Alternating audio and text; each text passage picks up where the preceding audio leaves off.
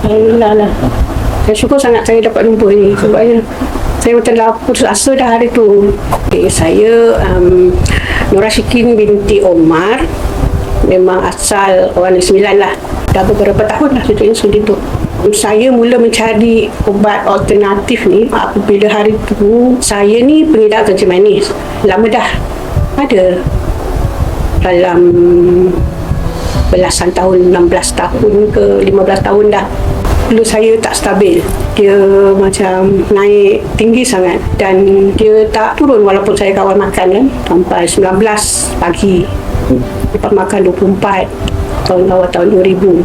Dan saya bermula dengan lepas tu saya mencarilah, saya jumpalah Betarin ni, ubat kencing manis dan apa lagi, glycosid ke macam itulah.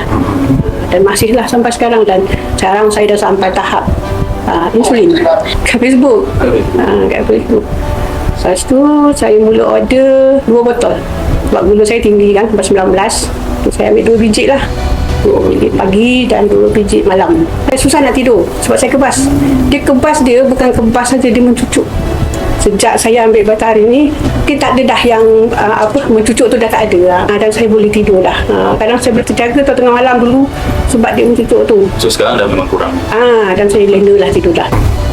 Alhamdulillah, itu gula saya pagi turun sampai 10 ke 12.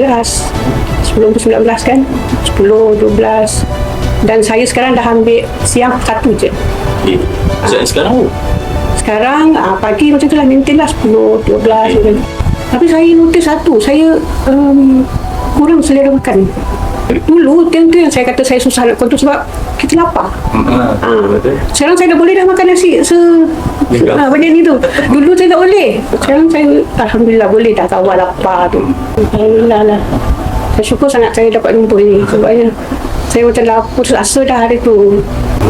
Saya rasakan pada pengalaman saya lah, Betarin ni dia macam satu option untuk kita kawal gula. Sebabnya macam saya dah bertahun, bukan baru kan, belasan tahun dah makan, especially milk tu. Pada orang-orang yang belum mencuba tu, kalau ada rasa nak cuba option lain lah kan, cubalah.